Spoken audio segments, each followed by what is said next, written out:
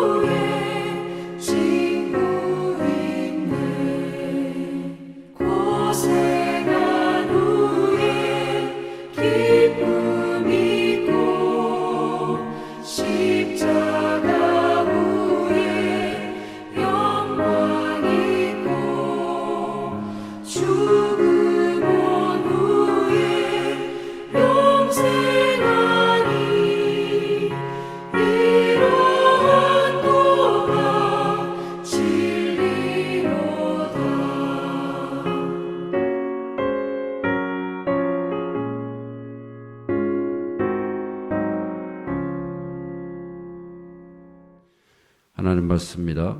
이사야서 57장 15절 말씀.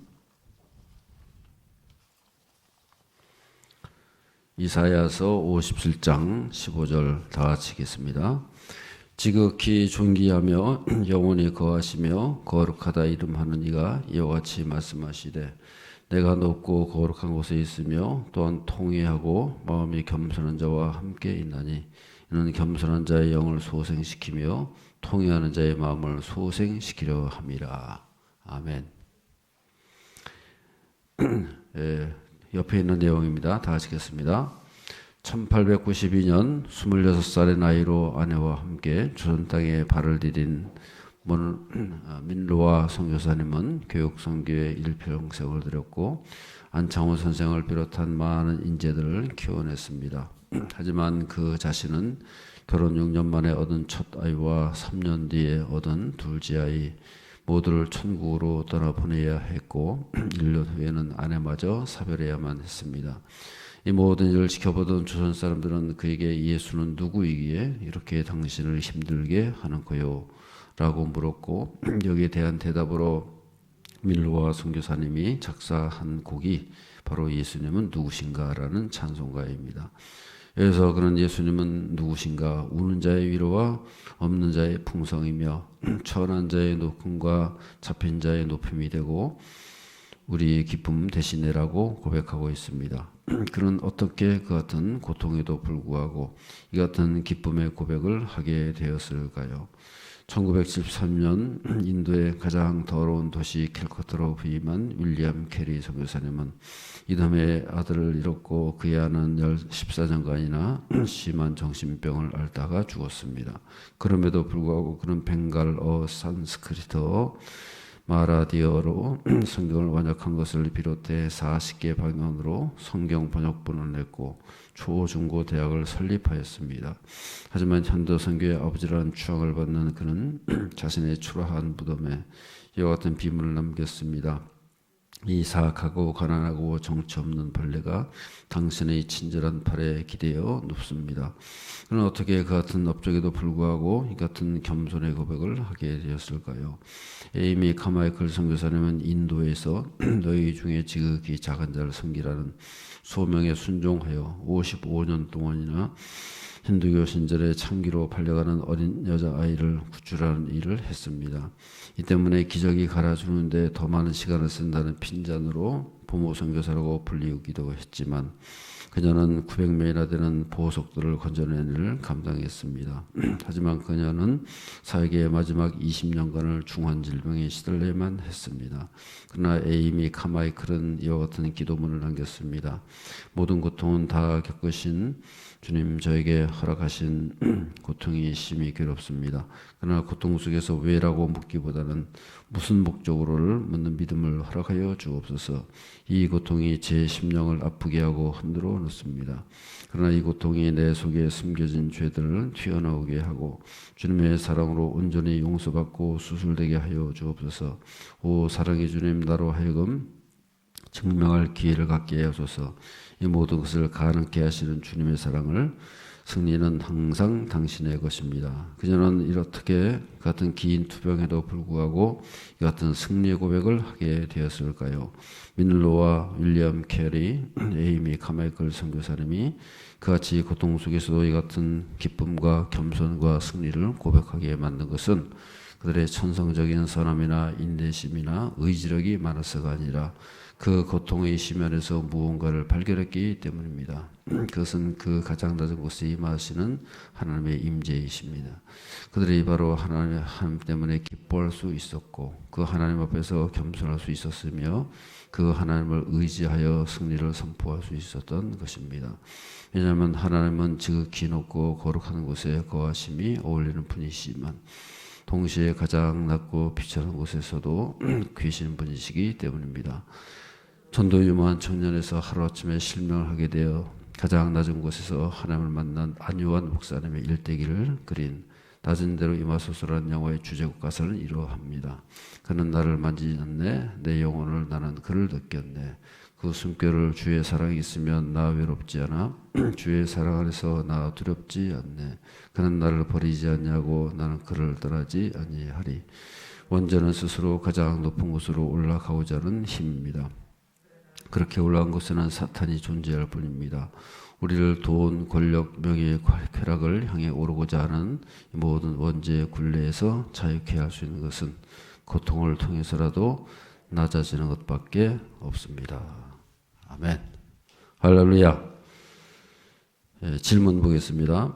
고통 속에서 드린 밀로와 선교사님의 기쁨의 고백과 윌리엄 캐리 선교사님의 겸손의 고백과 에이미 카마이클 선교사님의 승리의 고백은 각각 무엇입니까? 그랬어요. 거기 보면 다 나와 있죠.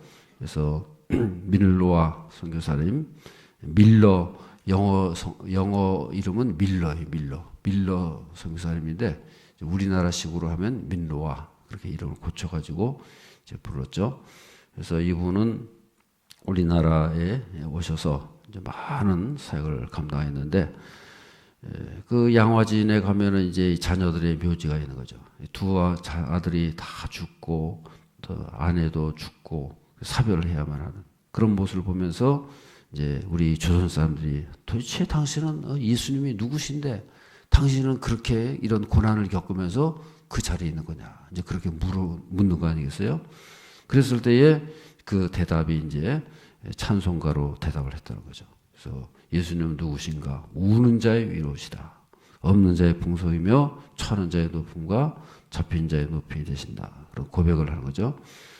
그 다음에 윌리엄 캐리 선교사님은 인도 캘커타에 그야말로 현대 선교의 아버지라고 할 수 있는 그런 선교사의 아주 지대한 업적을 남긴 그런 분이죠. 그래서 이분도 그냥 선교사들이 대부분 그렇죠. 다 그렇게 힘들고 어려운 상황이지만은 이분은 아들을 먼저 잃고 그리고 그 아내는 14년간이나 정신병을 앓다가 죽었다. 그렇게 말하고 있어요.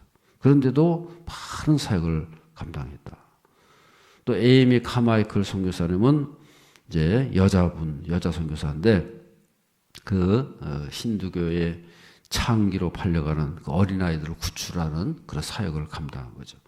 그리고 900명이나 되는 그런 아이들을 이제 건져내고 많은 일을 감당했는데 이분도 말년에는 고통을 당한 거예요. 무슨 질병에 걸려가지고 많은 어려움을 겪었지만은 그것을 감당할 수 있었다. 그렇게 말하고 있습니다. 이 세 분뿐이겠어요? 이 많은 여기 보면은 다 선교사님들이잖아요. 이 선교사님들은 하나님의 종들 아닙니까? 그러니까 이 사역을 감당하면서 이 선교지에서 풍토병도 있었을 것이고 자녀들이 왜 이렇게 죽어요? 다 그 어려운 열악한 환경 속에서 죽어서 병 한번 걸리면 죽는 거죠. 지금처럼 무슨 의료 시설이 있는 것도 아니고 무슨 약이 있는 것도 아니고 그냥 병 걸렸다면 그대로 죽어버리는 거예요. 그런 이 어려운 상황 속에서 이분들은 어떻게 감당할 수 있었느냐 하는 것을 우리 질문을 하고 있습니다. 그 다음에 그렇게 세 가지를 이렇게 보면 되고요. 그 다음에 이제 2번 세 분의 선교사님이 극심한 고통 속에서도 이 같은 고백을 들을 수 있었던 이유는 무엇입니까? 그러니까 이 극심한 고통 속에서도 그 고통을 이겨냈다는 거 아니겠어요? 그래서 그 고통을 어떻게 이겨냈느냐 그런 질문을 하고 있습니다. 그래서 여기 보면은 이제 우리가 여러 가지를 볼 수가 있어요. 이 고통의 문제, 고난의 문제. 이분들이 무슨 죄를 지었겠어요? 무슨 잘못 살았겠어요? 이분들은 다 하나님의 거룩한 종들, 선교 사역을 위해서 일찍부터 결단하고 들어가지고 그런 길을 걸어간 분들 아니에요? 그런데도 어려움이 있더라는 거예요. 이 고난을 겪었고, 남 모르는 고통도 겪었고, 그런 것을 말씀하고 있는 거예요. 그러니까 고난의 문제는요, 우리가 무슨 악한 죄를 지어서 잘못 살고, 죄와 저주뿐만이 아니고 선하게 살아도 고통이 있어요, 없어요? 선하게 살면 고통이 없어야 될 거 아니겠어요? 고통이 있다는 거예요. 예? 이 선교사님처럼 그렇게 헌신된 삶을 살아간 분들이 어디겠어요? 그런데도 고난이 있다는 거예요. 고통의 삶이 있다는 거예요. 사망도 있고 저주도 있고 저주받은 삶도 얼마든지 있다는 거예요. 그래서 우리는 이 고난의 문제에 대해서는요, 큰 소리 칠 사람이 없어요. 나는 이렇게 살았는데 왜 이렇게 고난이 있느냐? 그렇게 말할 수가 없는 거예요. 예수님도 고난 겪은 것이 있어요. 예수님 앞에서 우리가 큰 소리 칠 사람이 누가 있겠어요? 그러니까 거기서 이 고난을 겪은 이 선교사님들도 다 결국은 예수님을 바라보고 일어날 수 있어요. 예수님도 그런 고난을 겪으셨네요. 아무 죄도 없이 이 땅에 오셔가지고 우리의 모든 죄를 위해서 죄를 지시고 이 땅에 오셨는데도 그런 고난을 겪으셨고 그런 치욕과 그런 모든 것을 다 겪은 거 아니겠어요? 그래서 우리는 이 기독교는요, 그런 이 고난에 대한 답을 해주고 있다는 거예요. 그래서 우리는 고난이 과연 무엇인가를 알아야 되고요. 고난이 왜 있느냐? 고난은 누구든지 찾아온다. 나는 고난이 없을 것이다. 그러면 안 되는 거죠. 이렇게 이 거룩한 삶을 살아가는 선교사님들에게도 고난이 찾아온다는 거예요. 그러니까 누군들 고난이 없겠어요? 고난은 누구든지 올 수 있다는 것을 알아야 돼요. 그걸 인정해야 된다는 거예요. 그래야지만이 고난을 우리가 이겨낼 수 있다는 거예요. 할렐루야. 그래서 고난이 그러면 그런 것인데, 그럼 고난이 의미가 뭐냐? 그것을 깨달아야 된다는 거예요. 그래서 우리는요, 결국은 고난을 우리가 결국은 이겨내야 되는데, 어떻게 하면 고난을 이겨낼 수가 있느냐 하는 것을 이제 생각을 해보고자 합니다. 첫 번째는요, 의미를 찾아요, 의미를. 고난의 의미가 뭐냐? 첫 번째가 뭐라고요? 의미를 발견해야 된다. 여기 화면에 나오잖아요. 나눔 질문입니다. 그래서 여러분들께서 같이 한번 나눠보세요. 고난의 의미가 뭐냐? 나에게 닥쳐 있는 고난, 이 고난의 의미가 뭐냐? 고난을 이겨내려면 의미를 알아야 되는 거예요. 여기서 그러잖아요. 카마이클 이 분도 보면은 여기서 보면은 그 질문을 하지 않습니까? 그래서 여러 가지 질문을 하는데 윌리엄 캐리 카마이클 선교사님도 거의 질문하잖아요. 모든 고통을 다 겪은 주님 저에게 하면서 고통 속에서 왜라고 묻기보다는 무슨 목적으로를 믿음을 허락하여 주옵소서. 이 고통이 나한테 왜 있습니까? 그렇게 묻지를 말고 왜 있습니까? 그러면 그 고난에 대한 답이 안 되는 거예요. 고난이 어차피 고난 찾아왔어요.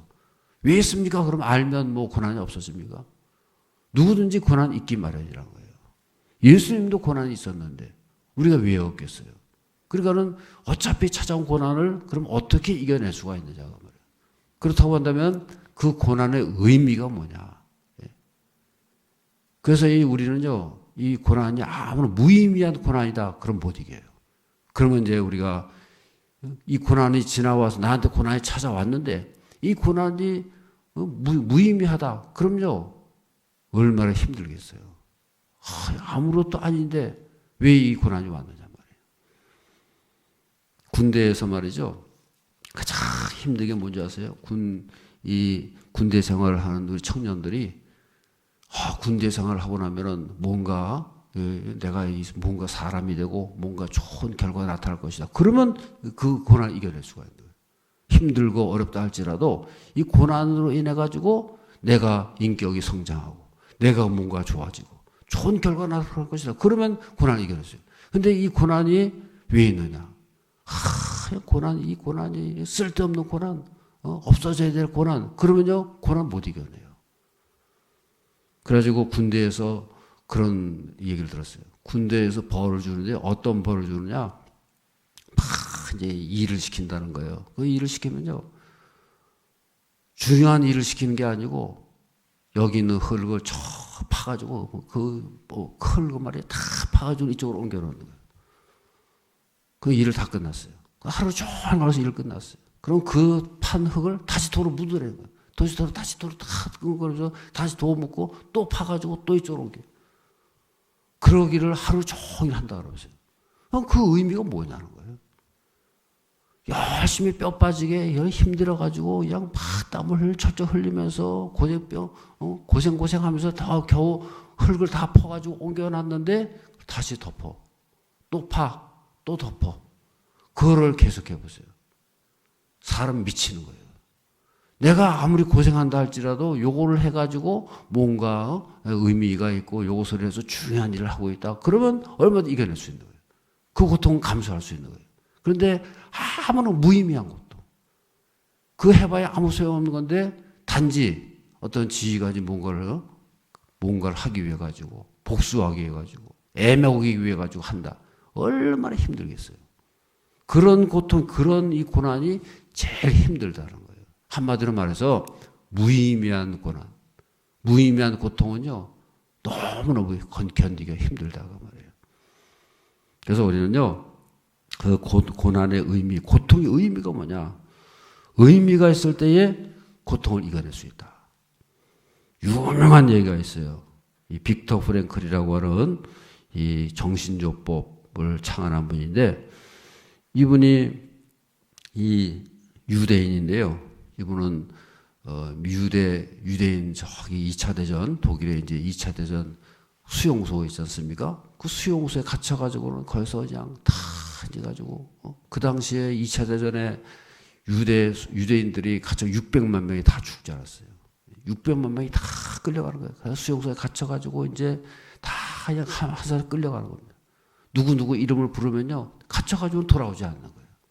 그래가지고는 가스실에 끌려가면 다 그냥 가스실에서 죽어가지고 그 시체를 치워야 되고, 그런데 이 사람이 가만히 보니까는 자기 죽어가는 자기 동료들, 친구들, 유대인들, 동족들을 보니까 사람이 아닌 거예요. 자기 주변에서 막 죽어나가니까 딱 보니까는 이미 죽어 있는 거예요. 그걸 발견한 거예요. 지금 살아있어요, 분명히. 살아있는데요, 살아있는 게 아니에요. 나도 이제 얼추 있으면 죽을 거다.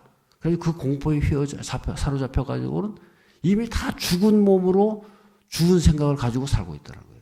밥을 먹어도 죽었어요. 살아있는 게 아니에요. 그래서 이 사람이 결심한 게 뭐야? 나는 지금 살아있다. 나는 이렇게 죽을 수는 없다. 그래가지고 이 사람이 한 일이 뭐예요? 그냥 막 거기서 운동을 했다는 거예요. 나는 살아있는 사람이다. 죽은 목숨이 아니다. 내일 죽을지라도 나는 살아있다. 그러니까 죽었다고 생각하니까 짐승처럼 살아가는 거예요. 사람이 아니에요. 그래서 이 사람이 결단한 게 뭐냐면, 나는 사람이다. 난 살아있는 사람이다. 인격이다. 그래가지고 매일매일 먹지 못할지라도 운동을 하는 거예요.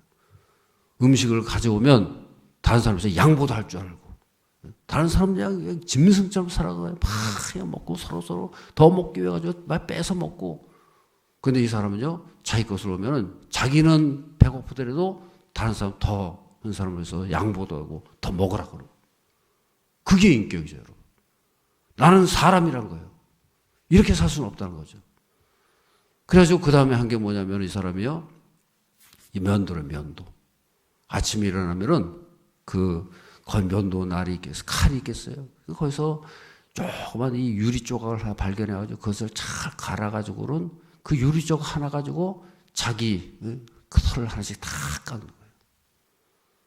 그러니까 이 사람은요, 털 보면 아주 깨끗하고 사람다운 모습이 나타나. 다른 사람은요, 짐승처럼 살아가는 거예요. 이미 죽었으니까. 어차피 죽을 몸이니까. 그러고 살아가는 거예요. 막 짐승처럼 살아가는데, 이 사람은 깨끗하고 인격답게 사람답게 그러고 살아가더라고요. 자기 의미를 부여하는 거예요. 나는 살아있는 사람이다. 나는 인격이다. 자기 스스로 의미를 부여하고, 이런 고통과 어려움을 다 의미를 부여하니까 그렇게 살 수 있다는 거예요. 그래서 독일군들이 가만히 보니까요, 다들 짐승처럼 그냥 막 지저분해가지고 그냥 막 서로 짐승처럼 살아가는데, 이 사람 보니까 항상 깨끗하단 말이에요. 사람처럼 보이는 거예요. 이 사람은 잡아가지 못하는 거예요. 그래가지고는 이 사람은 마지막까지 살아남을 수 있었다. 살기 위해서 산 게 아니에요. 자기는 사람이란 거예요. 자기 스스로 의미를 부여하고, 나는 이렇게 살 수 없다. 자기는 인격을 가진 사람이다. 그렇게 생각을 하고 의미를 부여하고 그런 존재로 살아가니까 진짜로 사람 대접을 받게 되는 거고요. 그래가지고 마지막까지 살아남게 되고, 그래가지고 그 사람이 생각하는 게 정신치료요법이 그게 바로 의미치료. 로고테라피라 그래가지고요, 의미치료를 이 사람이 시작을 한 거예요. 그 뭐냐, 어떤 고난과 역경이 있을지라도 의미를 부여해야 된다는 거예요. 나는 이런 사람이다. 이런 존재다. 그런 의미를 부여하지 않으면요, 사람은 죽기 절망하고 스스로 짐승이 돼가지고 살 수밖에 없다는 거예요. 그래서 우리는요, 고통을 어떻게 이겨내요? 나에게 고통의 의미를 발견해야 돼요. 나에게 의미를 주어야 된다는 거예요. 내가 이런 고통이 왜 있느냐? 성경이 다 그런 거 얘기하는 거 아니겠어요? 넌 하나님의 백성이다. 욥기 23장 10절 한번 읽어보겠습니다. 성경에 보면 그런 말씀들이 얼마나 많이 나와요. 욥기 23장 10절의 말씀을 한번 다 같이 읽겠습니다. 찾으셨어요? 욥기 23장 10절. 우리가 잘 아는 말씀이잖아요. 욥기 23장 10절의 말씀 다 같이요. 그러나 내가 가는 길을 그가 아시나니 그가 나를 단련하신 후에는 어떻게 해요? 내가 순금같이 되어 나오리라. 이건 뭘 말하는 거예요? 나의 고난은 의미가 있다고 말해요. 나의 고난은 다 지나고 그가 하시는, 나의 가는 길을 누가 하신다고요? 하나님이 하신다는 거예요. 내 고난 하나님이 하신다는 거예요. 내 이런 엄청난 것이 욥의 고백 아닙니까? 나의 이 고난, 이 엄청난 이 고난의 길을 나 혼자 무의미하게 어쩔 수 없이 하는 게 아니고 하나님이 나의 길을 아신다. 그가 나를 단련하신다. 할렐루야. 단련하신 후에는 내가 순금같이 나올 것이다. 의미를 부여하는 거예요. 자기의 고난, 이 역경, 이 눈물 같은 지옥 같은 인생이지만은 그러나는 의미가 있다는 거예요. 이것을 겪게 됨으로 해가지고 나는 순금같이 되어 나온다. 하나님께서 나를 단련하고 있다. 할렐루야. 의미를 부여하니까 이겨낼 수 있다는 거예요. 제가 몇 번씩 이렇게 예화를 드렸습니다만은 칼빈이 그런 말을 했어요. 칼빈이 원래 이 편두통이 심했다고 그래요. 그냥 글을 쓰고 막 그런데 이분이 건강이 안 좋아가지고 젊어서부터 편두통이 한쪽이 그냥 그래 아픈 거예요. 그래가지고 늘 그냥 이 절구로 막 이 머리를 막 이기는 것 같은 그런 고통을 느끼는 거예요. 그런데 어느 날 기도를 하다가 하나님 어떻게 해요? 뭐라 그래요? 고백을 하냐면요. 이 쿵쿵 찢는 하나님 쿵쿵 찢는 이라는 거예요. 쿵쿵 찢는 하나님, 이것이 당신이 나를 찢는 것이라면 나는 안심하겠습니다. 그렇게 기도를 했다는 거예요. 나를 쿵쿵 찢게 만드는 분이 하나님이시라면 나는 안심하겠습니다. 하나님이 쿵쿵 찢는다는 거예요. 하나님이 하신다면 나는 거기에 대해서 아무런 의의가 없습니다. 하나님께서 하신다면 뭔가 의미가 있다고요. 하나님께서 하신 일은 뭔가 가치가 있고 뭔가 뜻이 있다는 거예요. 할렐루야. 그런 얘기 아니겠어요? 나에게 고통이 있는 이것이 하나님께서 주시는 거라면 나는 기꺼이 받아들이겠습니다. 왜냐? 하나님이 하신 일이라면 뭔가 의미가 있고 뭔가 가치가 있기 때문에 그런 거예요. 욥의 고백도 그런 거 아니겠어요? 내가 가는 길을 그가 하신다. 그분이 하신다면 뭔가 의미가 있고 뭔가 뜻이 있지 않겠나요? 섭리가 있지 않겠나요? 그래서 우리는 의미를 발견해야 된다. 시편 119편 67절 다 하시겠습니다. 시편 119편 67절 한번 찾아보시겠어요? 시편 119편 67절 다 같이 읽겠습니다. 고난당하기 전에는 내가 그릇 행하였더니 이제는 주의 말씀을 지키나이다. 그 다음에 71절 말씀 119편 71절 그 바로 뒤에 있어요. 시작. 고난당한 것이 내게 유익이라 이로 말미암아 내가 주의 율례들을 배우게 되었나이다. 이 고난당하기 전에는 그랬어요. 고난당하기 전에는 내가 잘못 행했는데 이제는 고난당하고 나니까 주의 말씀을 지키게 되었습니다. 고난당한 것이 내게는 유익입니다. 이로 인해 가지고 내가 주의 율례들을 배우게 되었습니다. 고난이 유익이라는 거죠. 그래서 고난이 유익이다. 고난이 없었으면은 내가 잘못 행해가고 말씀도 깨닫지 못해가지고 그냥 그렇게 살아간다는 거예요. 잘못된 세계를 그 방향으로 계속 갈 건데 고난이 있음으로 해가지고 내가 말씀을 깨닫게 되고 고난이 있음으로 해가지고 내가 하나님의 법도를 배우게 되고 알게 되고 그래서 내가 올바른 삶을 살게 됐다는 거 아니겠어요? 신명기 8장 16절 제가 읽어드리겠습니다. 내 조상들도 알지 못하던 만나를 광야에서 내게 먹이셨나니 이는 다 너를 낮추시며 너를 시험하사 마침내 내게 복을 주려 하심이었느니라. 저를 때문에 마침내 복을 주려 하심이라. 그냥 복 주는 게 아니고 너를 낮춰가지고 너를 저 밑바닥에 떨어뜨려가지고 그렇게 했다는 거예요. 광야를 지나게 하시고 그걸 만나를 먹게 하시고 그 목적이 뭐냐? 고난의 길을 지나게 한 목적이 뭐냐? 다 너를 낮추시는 거예요. 그래서 너를 시험했다는 거예요. 그래가지고 결국에는 복을 주려 함이라. 마지막은 복이 목적이에요. 너를 복 주시기 위해 가지고 그런 모든 과정을 거쳤다는 거예요. 그럼 그런 과정을 안 거치고 복을 줘보세요. 그냥 하늘에서 복을 줘보세요. 얼마나 교만해지겠어요. 아무것도 모르고 복만 누리고 복만 눈에 보이는 거예요. 그게 아니고 저 밑바닥 인생을 거치게 하고 저 고난 광야의 길을 거치게 만들고 힘들고 어렵고 그런 광야에서 하나님을 만나게 하고 그렇게 너를 낮추고 다 시험한 목적이 뭐예요? 마침내는 내게 복을 주려고 그렇게 하셨다. 그래서 복을 받게 되는 거지 그걸 안 거치고 그냥 해보세요. 모른다는 거죠. 그래서 이것은 다 뭘 말하는 거예요? 의미를 발견해요. 우리 고난의 의미, 고통의 의미, 이런 어렵고 힘든 역경을 거쳐가면서 그 의미를 깨닫게 될 때에 그것을 넉넉히 감당하고 뛰어넘고 승리의 삶을 살아가는 저여러분의 삶이 될 줄로 믿습니다. 그래서 우리는요, 고난의 의미를 발견해요. 내가 지금 어떤 고난이 있느냐? 그 의미가 있다는 거예요. 그래서 우리 하나님의 백성들은요, 그 의미를 깨달아야 된다는 거예요. 아, 이것은 하나님의 음성이 있다는 거예요. 하나님의 뜻이 무엇인가? 기도하면서 그 뜻을 잘 깨닫게 될 때에 그것을 뛰어넘고 고난이나 유익이 되고 그 고난으로 인해 가지고 더 하나님의 든든히 세워지고 승리의 삶을 살아가는 그런 삶이 될 줄로 믿습니다. 또 한 가지는 소망을 발견해야. 이것이 그냥 끝나는 이 고난으로 겪다가 그냥 어쩌다 그냥 인생이 끝나는가 그게 아니고 반드시 결과가 있다는 거예요. 소망이 있다는 거예요. 그래서 우리는 그 소망을 발견해야 된다. 고린도전서 15장 42절, 45절 한번 찾아보겠습니다. 고린도전서 15장에서 42절에서 45절까지를 한번 읽어보겠어요. 부활에 대한 소망이 있죠. 고린도전서 15장 42절에서 45절 나왔죠. 시작.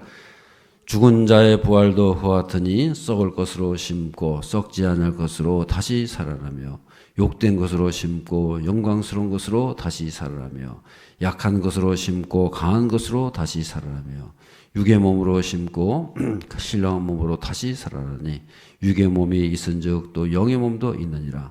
기록된 바 첫사람 아담은 생명이 되었다 함과 같이 마지막 아담은 살려주는 영이 되었나니 그랬어요. 여기 보면은 심는다는 말이 계속 나와요. 그래가지고 썩을 것으로 심고 썩지 않을 것으로 다시 살아난다. 욕된 것으로 심고 영광스러운 것으로 다시 살아난다. 결과가 다르다는 거예요. 우리가 이 땅의 삶을 살아가는요 다 썩을 것으로 살아가는 거예요. 또 욕된 것으로 살아가는 거예요. 보면 심는다는 말이 뭐예요? 썩을 것으로 심는다. 사는 거예요. 이 땅에 사서 심겨가지고 살아가는 거죠. 이 땅에서 우리의 삶은요, 다 고난이 있고, 역경이 있고, 막 그냥 지지고 볶고, 우리가 좀 살아가더라도 멋있게 말이죠. 그냥 큰 소리 치면서 그냥 하나님 백성다워 또 뭐 영광도 보여주고, 그렇게 살면 얼마나 좋겠어요. 그런데 그렇지 못한 거예요. 우리가 살아가는 모습이 다 그렇지 않습니까? 썩을 것으로 살아가, 썩어질 것으로, 썩을 인생으로 좀 살아가고 있는 거예요. 욕된 인생으로 살고 있는 거예요. 약한 인생으로, 우리가 강하고 담대하면 얼마나 좋겠어요. 근데 더 약해가지고, 약해 빠져가지고, 껐하면 넘어지고, 또 껐하면 상처받고, 껐하면 그냥 막 남에게 그냥 짓밟히고, 그러고 살아가잖아요. 그렇게 살아가는 인생이 뭐예요? 그 마지막에는 뭐가 있어요? 썩을 것으로 심는다 그랬어요. 심겨지는 거예요. 이 땅에서는 썩을 것으로 심지만은 저 부활에는 어떻게 돼요? 썩지 아니할 것으로 다시 살고 욕된 것으로 심기지만은 영광스러운 것으로 다시 살고 약한 것으로 심지만은 강한 것으로 살고 육의 몸으로 심지만은 신령한 몸으로 다시 살아난다. 우리의 영혼은 우리 이 땅에서 살면 심겨지지만은 저 부활의 인생은 뭐예요? 완전히 뒤바뀌어서 살아가는 거예요. 거기에 소망이 있다고 말이에요. 그래서 우리는요, 마지막 소망이 항상 있는 것을 믿으시기를 바랍니다. 할렐루야. 그래서 고난만 있고 그것으로 끝이 나면 얼마나 우리가 헛된 인생이겠어요. 고난만 겪다가 이 세상에서 날마다 고생하고 지지고 볶고 살다가 그걸로 끝 그러면 얼마나 허망하겠어요. 근데 그걸로 끝이 아니란 거죠. 이 땅의 삶은 심겨졌고 그 다음에 어떻게 돼요? 그 반대로 탓을 뛰어넘는 것으로 우리가 다시 살아나게 된다. 그것이 바로 우리 부활을 말씀하는 거 아니겠어요? 그래서 우리는 이 마지막 소망을 늘 발견하고 그 소망을 가지고 고난을 이겨내고 역경을 이겨내고 우리 모든 것을 이겨내면서 살아가는 저람들의 삶이 되어야 할 줄로 믿습니다. 고린도전서 1장 27절 29절 이 말씀은요. 이 땅에서의 삶에서도 하나님께서는 역사하신다는 거예요. 저 종말에만 가만히 있는 것이 아니고 이 땅의 삶 속에서도 하나님께서 우리를 반전이 일어난다는 거예요. 고린도전서 1장 27절에서 29절 우리가 잘 아는 말씀입니다. 고린도전서 1장 27절 29절 다 같이요. 그러나 하나님께서 세상에 미련한 것들을 택하사 이를 부끄럽게 하려 하시고 세상에 약한 것들을 택하사 강한 것들을 부끄럽게 하려 하시며 하나님께서 세상에 천한 것들과 멸시받는 것들과 없는 것들을 택하사 있는 것들을 피하려 하시나니 이는 아무 육체도 하나님 앞에서 자랑하지 못하게 하려 하십니다. 우리 잘 아는 말씀 아닙니까? 이 세상에 미련, 너희 자신을 봐라. 너희를 하나님께서 어떻게 하셨느냐? 너희가 언제부터 처음부터 지혜 있었느냐? 다 미련하고 다 무지몽매하고 저 밑바닥으로 살던 그런 인생이었는데 하나님께서 너희를 택하셔가지고 너희 미련한 것들을 택하셔가지고 지혜 있게 하지 않았냐? 너희 약한 것들을 택하셔가지고 그래가지고 강한 것들을 부끄럽게 하지 않았냐? 세상에 낮고 천한들, 너희 천하고 멸시받는 그런 인생들을 너희들 택하셔가지고 있는 것들을 폐하려 하지 않나요? 그러니까 너희를 저 밑바닥 인생을 높여가지고 저 위에 있는 것들을 부끄럽게 만들지 않았느냐. 다 우리가 그렇게 살아간다는 거예요. 우리에게는 소망이 있다. 우리는 저 낮고 비천하고 저 무지몽매하고 저 밑바닥에서 살아간 것 같지만은 하나님께서 우리를 통해 가지고 우리를 사용하시고 우리를 높여주셔 가지고 그래가지고 우리를 저 위에 있는 것들을 부끄럽게 하신다. 그래서 아무 육체도 자랑하지 못하게 하신다. 그렇게 말씀하고 있는 거예요. 그래서 우리에게는요 소망이 있다. 절대 하나님께서는 역전의 하나님이시다. 우리는 저 밑바닥에서 미련하고 저 약하고 비천하고 가난하고 가진 것도 없고 우리는 항상 그렇게만 살아가느냐? 아니라는 거예요. 하나님께서 언젠가는 우리를 높이셔가지고 오히려 빛나게 만드시고 영광스럽게 만드시고 존귀하게 만드시고 풍성하게 만드셔가지고 하나님 영광이 드러나고 그래가지고는 역전이 일어나는 역사가 있는 것을 믿으시기를 바랍니다. 언젠가 하나님께서 그런 역사를 이루신다는 거예요. 그래서 하나님께서는요 우리를 기회를 주시는 거예요. 역전의 하나님. 그래서 마지막 소망을 가져야 되는 거예요. 마지막 역전이 뭐예요? 마지막에 뒤집어진다고 말이에요. 야구가 9회 말까지 가봐야 된다 그러잖아요. 그냥 지지고 볶고 안 되는 것 같은데 마지막에 하나님 역전이 일어날 수도 있다는 거예요. 우리는 그런 소망을 가져야 되는 거예요. 힘들고 어렵고 병들고 연약하고 그냥 다 우리가 그런 것 같지만은 마지막까지 우리는 소망을 가지고 기도하고 마지막까지 끝까지 우리가 그 소망을 붙들고 승리하면서 살아갈 수 있는 저 여러분들 삶이 되어야 할 줄로 믿습니다. 아멘. 그래서 우리는요 끝까지 기도해야 돼요. 저는 끝까지 기도합시다. 끝까지 가봐야 되는 거예요. 마지막에 어떻게 될지 모르는 거예요. 그리고 마지막에 안 된다 할지라도 우리 고린도전서 15장에 뭐예요? 마지막에 부활이 있다고 말이에요. 우리는 마지막에 안 되면 부활이 있는 부활. 마지막에 영광의 부활이 있는 거고 이 땅의 삶도 우리 마지막까지 소망을 가지고 끝까지 기도하고 끝까지 인내하다 보면은 하나님께서 우리를 다 높여주시고 역전의 역사가 나타나고 뒤집어지게 되고 우리가 안 되면 우리 자녀들에 가서 잘 되고 아멘도 하시래. 우리는요 그렇게 바라보는 거예요. 하나님은 역전의 하나님이시다. 우리가 열심히 기도해가지고 내 대해서 모든 걸 다 이루려고 그러지 말고요.